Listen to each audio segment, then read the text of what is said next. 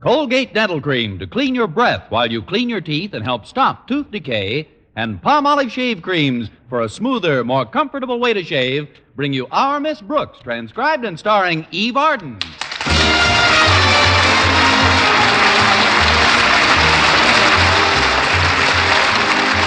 It's time once again for another comedy episode of Our Miss Brooks, under the direction of Al Lewis.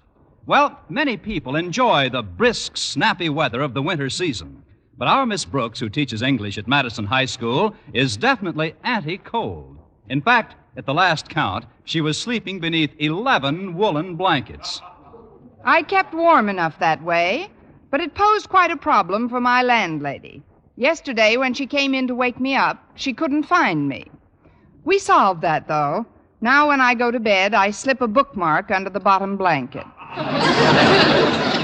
Last Friday at breakfast, I was complaining to Mrs. Davis about the temperature in the house. Now take this, dear. A nice steaming cup of coffee will warm you up in no time. Is it really hot? Piping hot. Here's your cup. Never mind the cup. Just pour it over me. Look, Mrs. Davis, the days aren't so bad, but last night at 11:30, my room was absolutely freezing. You could hang meat in there.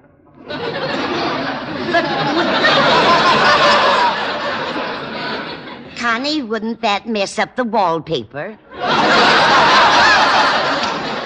Besides, 11:30 seems awfully late for you to be up, Connie. You'd be a lot warmer if you got to bed earlier. I would have, but I had to finish some extra typing for Mr. Conklin. Our beloved principal has never been able to keep a secretary, you know. I know. I think it's a shame the way he takes advantage of you.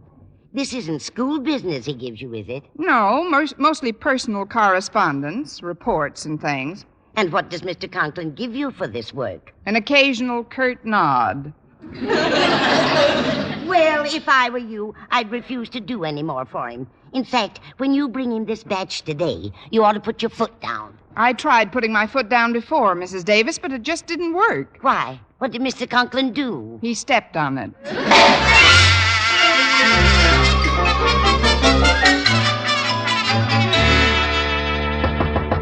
Come in. Good morning, Mr. Conklin. I brought in those papers you had me type last night. Just put them on my desk, please. What did you say? Perhaps you'd hear better if you'd remove those ridiculous earmuffs. What? Oh, these earmuffs. They must have slipped down again. It's terribly chilly in school this morning, Mr. Conklin. Nonsense. It's just pleasantly brisk. Now, about these papers, Why, Miss Brooks, you're familiar with the rules of this institution. Why are you smoking in school? I'm not smoking. That's my breath.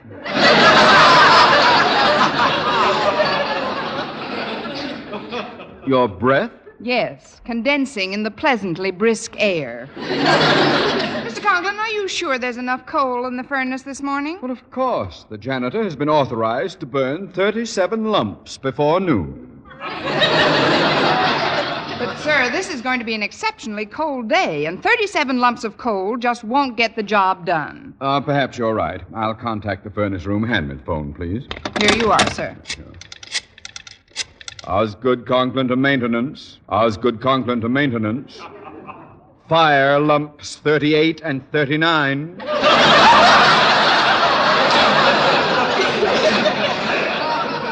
Fire lumps 38 and 39. That is all. That should do it. Now, let's see those papers. Here they are, Mr. Conklin. I stayed up until 11:30 last night, so I'd have them finished for you. Well, I'm not unmindful of your labors in my behalf, and I want you to know that your efforts will not go unrewarded. In fact, because of your fine spirit of cooperation, I have selected you as the one who will be permitted to type up my new report to the Board of Education. I'm sorry, Mr. Conklin, but teaching English is a full-time job for me, and I just can't assume any extra duties. But somebody's got to do it. Miss Enright just turned me down, too. As a matter of fact, she's the one who suggested you for this honor. Oh, she did she? Well, let me tell you... You shouldn't speak harshly of your fellow English teacher, Miss Brooks. After all, Miss Enright is quite fond of you. Fond of me? Oh, she must be to pass such a nice compliment about you this morning. She said she considered you one of her oldest friends. She did? And then she said she likes you as well as some of her younger friends. Well, I can't force you to perform this trifling task for me, so you might as well run along to your classroom. Yes, sir, but as far as Miss Enright is concerned, I would like Careful, Miss Brooks. You're speaking of a teacher who may soon be head of the English department. What? The position is still open, you know, and for months now I've been grooming Miss Enright. Good. That should make her coat nice and shiny. Miss Brooks, are you inferring that Miss Enright is a horse? If the shoe fits, nail it on her.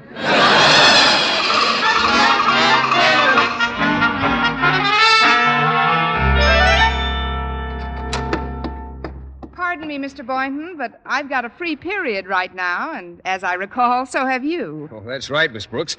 Is there anything I can do for you? I'd love to. That is, the real reason I dropped in here was to get away from my own classroom for a while. Sometimes I wonder if all this effort is worth anything. If I couldn't expend all this time and energy in another direction. Say, making a pleasant home for some man, the way any normal woman does. Well, you're certainly normal, Miss Brooks. Your muscular structure's good. You have a well-shaped skull. Good sound bones. And judging from your complexion, I should say your systolic circulatory system is A1.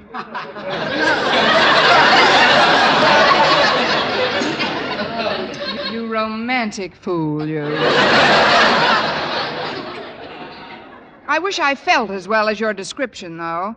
I've got a little headache from all the paperwork I've been doing. A headache? Would you like me to massage your temples a bit? That's the quickest you've ever caught on. Please do, Mr. Boynton. All right. How does this feel? Just wonderful, Mr. Boynton. Yoo-hoo, anybody in here? Nobody but us guinea pigs. Well, it's Miss Enright. Miss Brooks has a little headache. I'm just massaging her temples. Oh, how humane of you. Oh, there you go with your jokes, Miss Enright. You're just loads of fun. Don't you think so, Miss Brooks? She's the biggest load I've ever seen.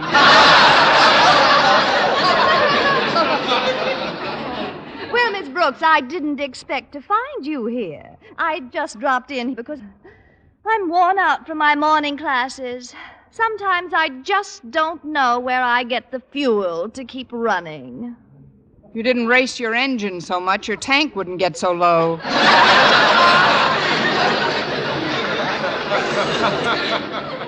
Say, that's a good one, too. You girls have a lot of fun with each other, don't you?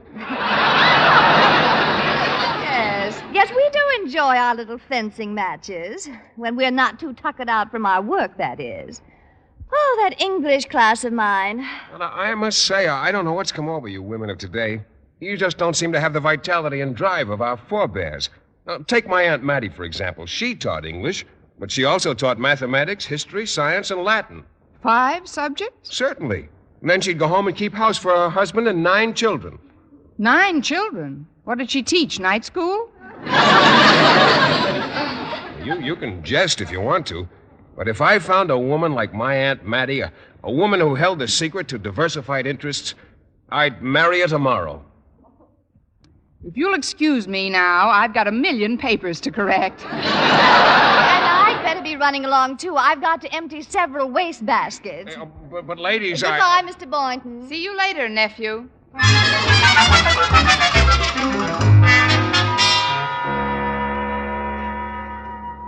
What is it you wanted to see me about, Miss Brooks? It's my work here at school, Mr. Conklin.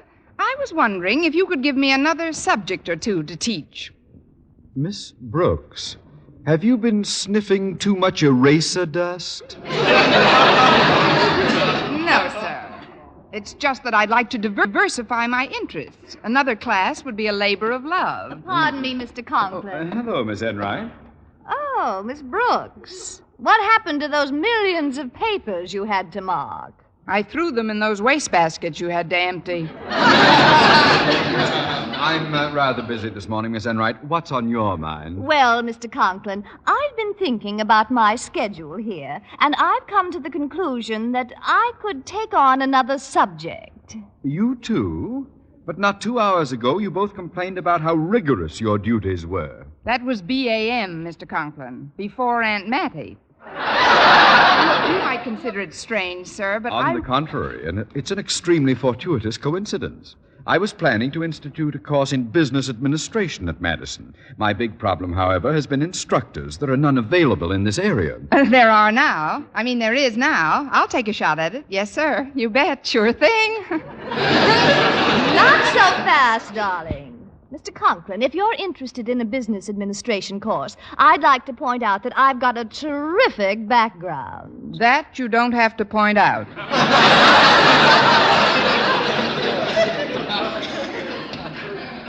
Maybe you ought to sell your bicycle.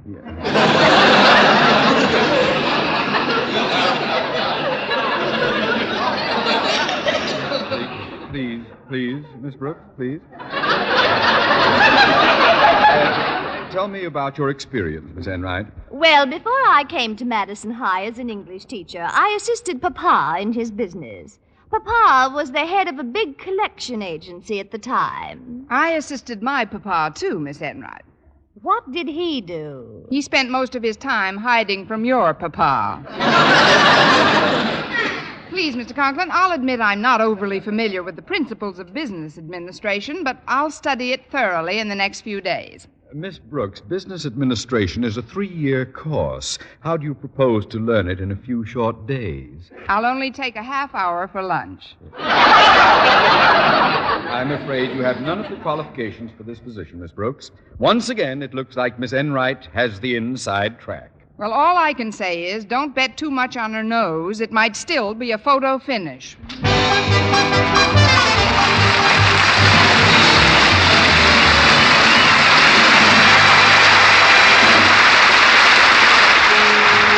Brush your teeth with Colgate. Colgate Dental Cream. It cleans your breath. What a toothpaste. While it cleans your teeth. Colgate toothpaste. Cleans your breath. What a toothpaste. While it cleans your teeth.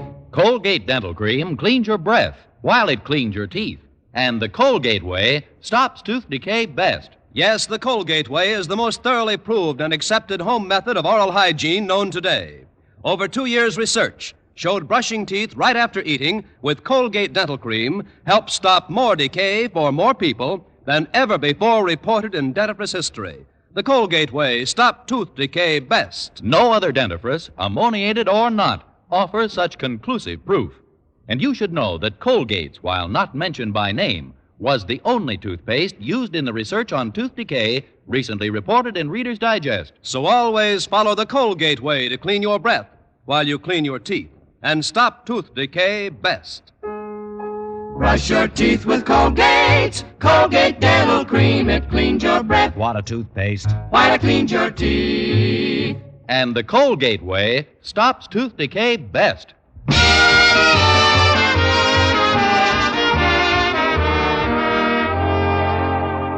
Well, Mr. Conklin seemed convinced that I didn't know a thing about business administration, and it looked like he was right. I had just about given up on the biggest deal of my life, 200 pounds of prime biology teacher. When lunch period came, I must have looked pretty down in the mouth as I entered the school cafeteria.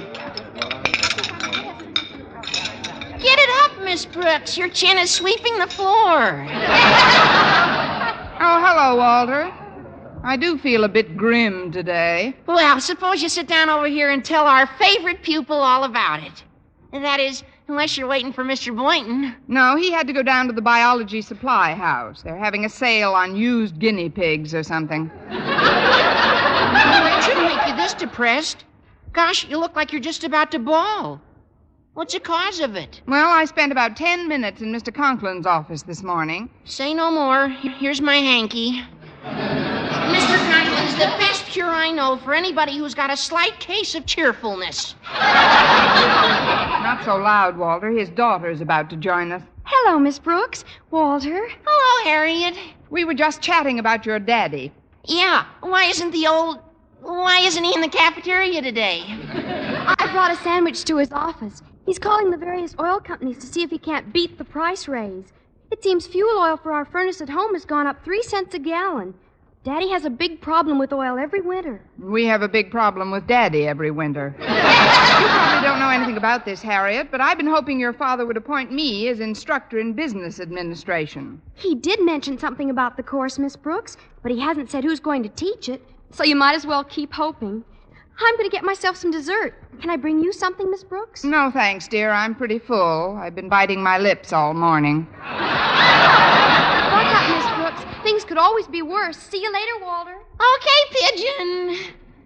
Now then, Miss Brooks, give me your undivided attention. You've got it, Walter. While you and Harriet were yakking it up, I was thinking, if Mr. Conklin could get the oil he wants for his furnace not only 3 cents cheaper, but 9 cents below the current price, and if this transaction was put over by you, he'd consider that you had a pretty good business head on your shoulders. Well, I guess he would be. Instead of thinking what he thinks now, that it's just a bunch of pretty auburn hair clinging to a vacant bulb.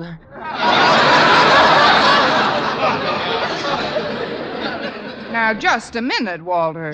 Please, I'm not finished. It so happens that my dad has a good pal in the Ajax Oil Company, and we get all our fuel wholesale. Now, there's no reason why I can't get some for you to give to Mr. Conklin, thus helping you wrap up the job you want. Walter, I'd like to take this opportunity to apologize here and now for everything I've ever thought about you. This is a great idea. Thank you. We'll get the oil to Mr. Conklin's home right after school. But there's one question I'd like to ask you, Miss Brooks. Why are you so anxious to take on the added duties of another course? I can answer that in 2 simple words, Walter. Philip Boynton.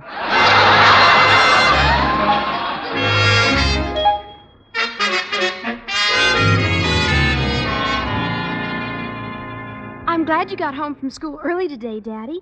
But why did we come down here to the basement? I wanted to show you our new furnace, Harriet. It was installed just 10 minutes ago. But what's this pink ribbon tied on it for? And what's this card on top of it? It's a little surprise for your mother. Read the card, Harriet. Let's see.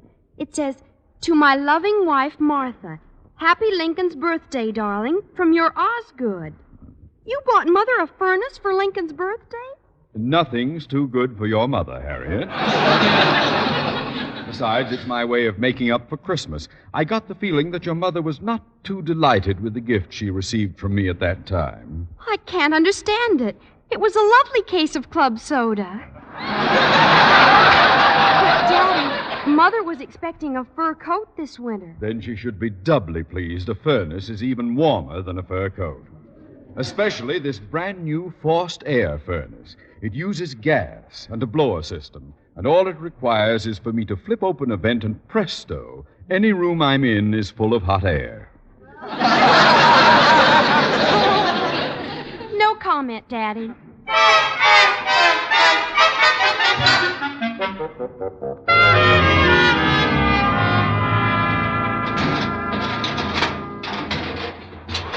Shh! Quiet with that oil drum, Walter. I don't want Mr. Conklin to know we're in his basement. Well, I still don't see why we didn't just roll the drum up to his front door. Because I want to surprise him. We'll pour the oil right into the furnace. Then, when he can't understand how he's getting heat without having bought any oil, I'll flash this bill from the Ajax Company showing that I've beaten the current price by 9 cents. I get it. And then when Mr. Conklin reacts according to plan, he'll put you in charge of the business administration course. Mr. Boynton will admire your energy and diversified talents.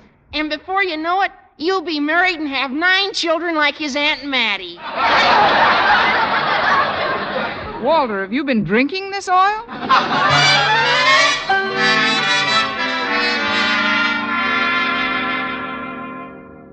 Miss Enright, your coming to my home on your own time to discuss our new business administration course has made quite an impression on me. Thank you, Mr. Conklin. But I've always been a firm believer in the old adage, don't put off until tomorrow what you can do today. My sentiments exactly. Now, if you'll just give me your coat, we'll sit down in the living room and chat for a while. Oh, I think I'll keep my coat on, Mr. Conklin. I feel a bit chilly. Oh, as you wish. Mrs. Conklin is out shopping at the moment, but when she comes back, she'll fix a bit of tea for us. I can't wait to see her face when she discovers her gift. Oh? What did you buy for Mrs. Conklin? In honor of Lincoln's birthday, I bought her a brand new furnace. I haven't used it as yet, but I think I'll turn it on right now. Oh, Oh, excuse me, Miss Enright. I'll see who's at the door. Oh, it's you, Miss Brooks. Yes, sir. I came by to discuss that new teaching job. But I've just about decided on Miss Enright for that position, Miss Brooks. Please, sir, what I have to tell you may change that decision. I'll just take a few moments of your time. Very well, then. Come in. Now, please be brief, Miss Brooks. Miss Enright and I have many matters to discuss. Yes, sir. Oh, hello, Miss Enright. Hello, Miss Brooks. Did you come by to show me what a good loser you are? I'll deal with you when you slither into school tomorrow. Right now, I've got some business with Mr. Conklin. You see, sir, I've always been a firm believer in the old adage, don't put off until tomorrow what you can do today. A salty cliche, if I ever heard one. Please come to the point. Yes, sir. Mr. Conklin, what would you say if I told you that I was going to put $8.95 into your pocket this minute? I'd say sit down, Miss Brooks. Mr. Conklin, I'm going to put $8.95 into your pocket this minute. Sit down, Miss Brooks. Thank you. Now, in this transaction... Pardon me, but isn't it awfully chilly in here?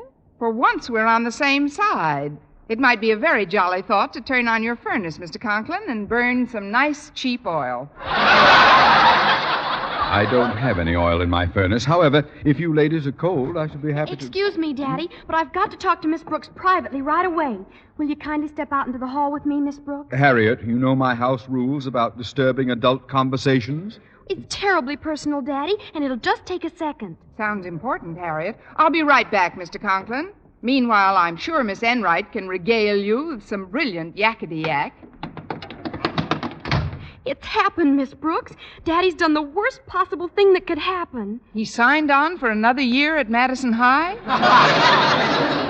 No, he bought Mother a furnace for a Lincoln's birthday gift. He must have gotten his rebate on the club soda bottles. You don't understand. I just saw Walter Denton in the basement. He was washing his hands in the sink down there. Sounds like a reasonable place. He told me you put oil in the furnace. That's right, to surprise your father. You'll surprise him, all right. He bought a gas-operated forced air furnace. What?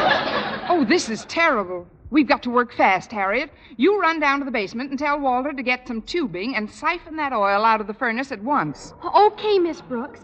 And you go on in and keep Daddy's mind occupied so he doesn't turn it on until I come back with the all clear. All right, Harriet. Now, for heaven's sakes, hurry. I'm dashing this minute. Good luck, Miss Brooks. I'll need it. Well, Miss Brooks, has my daughter concluded her personal business with you? Yes, sir. It was nothing, really. Now then, about this business transaction of yours. Boy, it's sure hot in here. Hot? I'm terribly warm. Do your lips always turn blue when you're warm? I'm still shivering, Mr. Conklin. Well, I've got high blood pressure, so I'm usually warmer than the average person, but I'll turn the heat up if you want me to, Miss Enright. No! I mean, why turn on the heat? Too much heat isn't healthy. Bless you, darling. I must have sat in a hot draft. Now, about the $8.95 I saved you, Mr. Conklin. Oh, excuse me one moment. I'm going to see if my new thermostat is accurate. I want everything to be just right when Mrs. Conklin comes home. First, I'll open the large vent in this wall. Now, we'll just set this thermostat for 76 degrees. That should get the furnace going rather quickly. Oh, it can't warm up quickly enough for me. It can for me. Excuse me, Mr. Conklin. Where are you going, Miss Brooks? Into the coat closet. I have a roll of film that needs developing. Oh, stop that idiotic jabber and let's get down to cases now. Perhaps we should set the thermostat up to 80 or so. Then the furnace will really get going. Here, I'll do it. But, Miss Enright, It's all right, Miss Brooks. I want to see how the new furnace reacts. Here, I'll turn it up to 85 degrees. Yeah. Now it's starting. Listen to the lovely sound of that nice hot air scurrying up the pipe.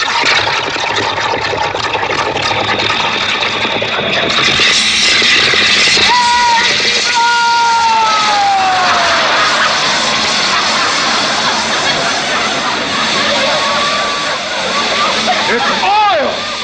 Black, dirty oil all over my furniture and rugs. Here, I'll turn it up. Oh. Oh, my suit. Oh, my dress. Oh, my neck.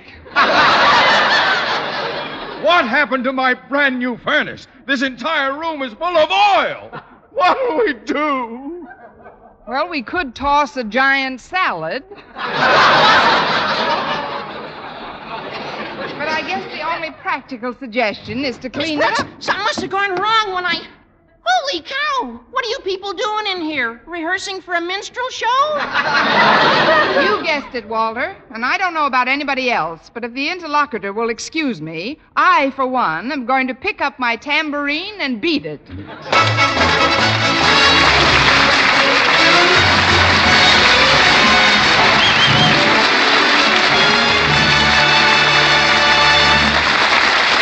Arden as our Miss Brooks returns in just a moment.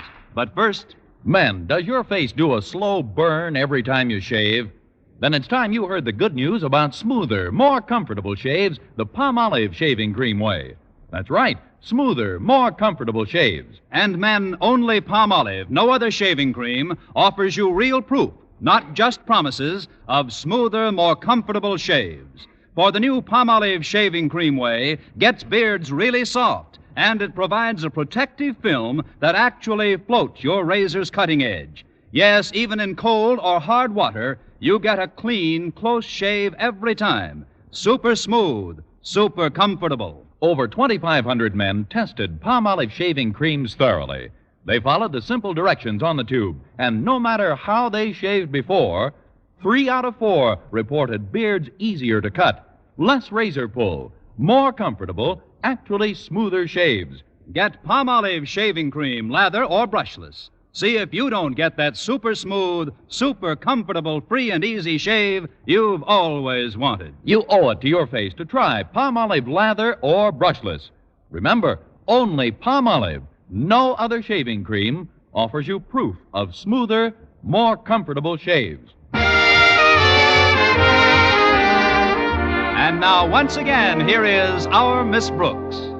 Well, Walter Denton was just about to spill the beans to Mr. Conklin about my part in the great oil scandal when luckily I managed to catch his eye. And through some magical current that seemed to flow between us, his lips were suddenly sealed.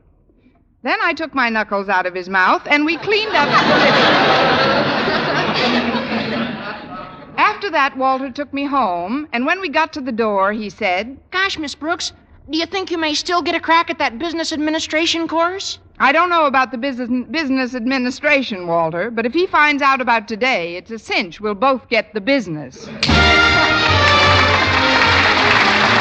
This is Vern Smith reminding you to tune in next week to another Our Miss Brooks show, brought to you by Palmolive Shave Creams for a smoother, more comfortable way to shave, and Colgate Dental Cream to clean your breath while you clean your teeth and help stop tooth decay. Our Miss Brooks, starring Eve Arden, is produced by Larry Burns, written by Al Lewis, with the music of Wilbur Hatch.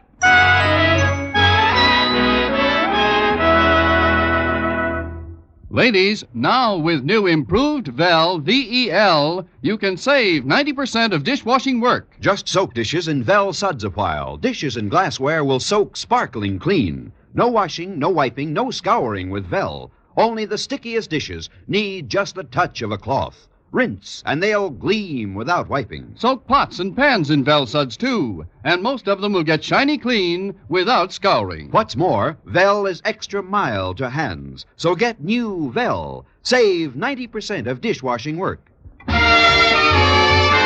sure to listen to Mr. and Mrs. North every Tuesday night on this same station, and be with us again next week at the same time for another comedy episode of Our Miss Brooks. Bob Lamont speaking. This program was transcribed. Stay tuned now for Jack Benny.